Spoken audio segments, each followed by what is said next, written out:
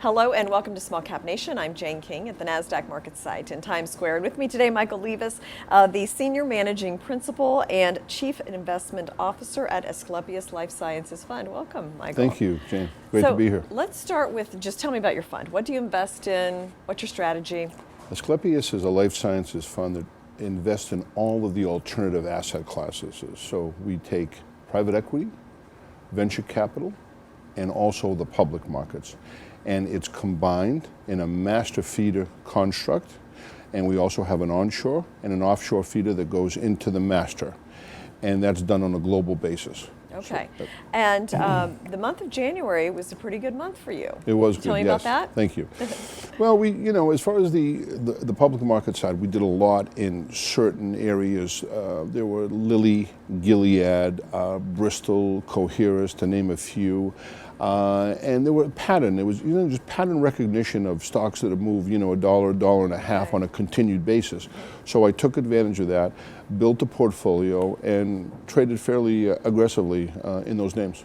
And life sciences has been pretty active so far this year. It has. It's been fantastic. Yeah. And have you taken advantage of that with some of your positions? I have. Yes, I have. For instance, Lilly was, really down considerably, and now after the Alzheimer's. That's exactly right. That's right. Now it's in the 80s. Okay. Bristol was down to 49, 50, and of course, Janet took a position in it from a strategic point of view. And then, of course, Carl Icahn announced that he bought a strategic position in Bristol as well. So and that helped. That helped a great deal, absolutely, yeah. And I see Celgene, Gilead. Tell me about those companies. Celgene, they were beaten down, kind of after the election going into the first of the year, they were really beaten down because they were I think the street in the market was kind of not sure of what the new administration would do, so they kind of beat them down, and we took advantage of that. Okay, do you remain bullish on this sector? I do. And why is that? Absolutely. Well, if you remember just recently, the president mentioned that he wants to streamline the FDA and make it much easier for companies to get approvals and not have that longer process that we have now currently. So I think that the market reacted very positively to that. I think that'll continue as well. Now there was some talk about caps on drug prices, things like that. Will that be offset by some of the regulations that are being lifted by the Trump administration? Quite possibly, yeah. I think listen, it's going to be give and take, right? There's always take some, give some. So I think we'll have to wait and see really what happens.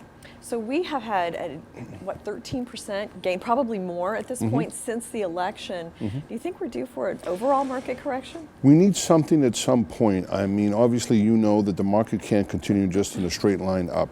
But that remains to be seen. I always say that it needs some type of catalyst for the market to sell off. So that's what I'm going to wait for and look at. Do I see some signs from the macro point of view that might impact us? Yes, that's what I think I'll look for so that we can position ourselves to, take profit advantage from of that. a drop in hopes of longer term coming back. Exactly. Some of these big structural changes that we expect to happen in the economy from the Trump administration.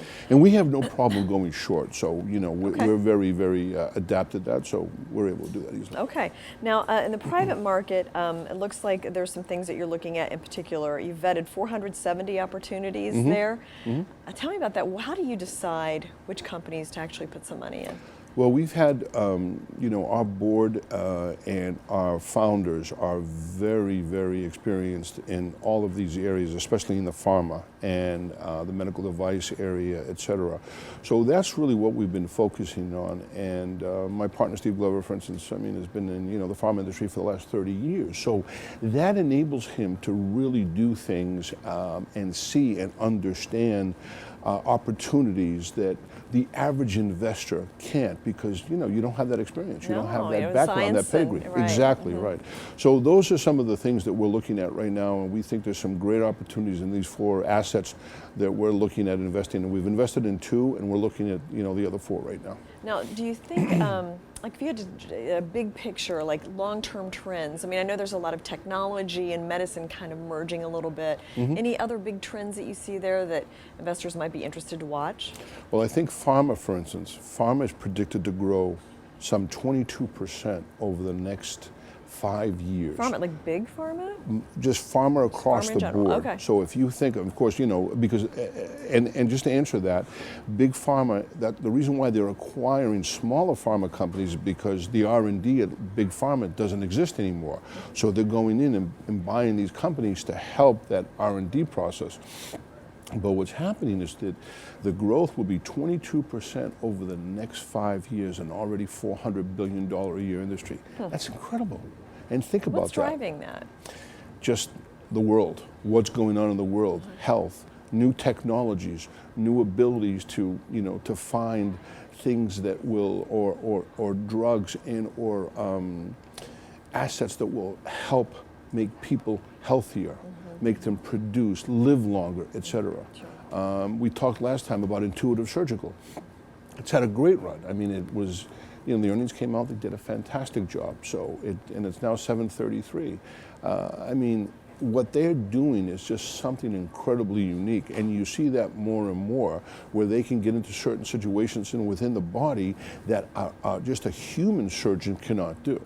So these are the type of technological developments that are happening that I think are fueling this whole marketplace. Wow, healthcare is really going to change, I think, especially for the next generation. Absolutely. Totally different. Absolutely. Thank you so much, Michael, for joining us Thank you for having today me. and telling us a little bit about your fund and some of the opportunities that you see out there. So Michael Levas from Asclepius Life Sciences, and thank you as well for joining us on Small Cap Nation. So for more information on investments in small companies, you can go to smallcapnation.com. Have a great day.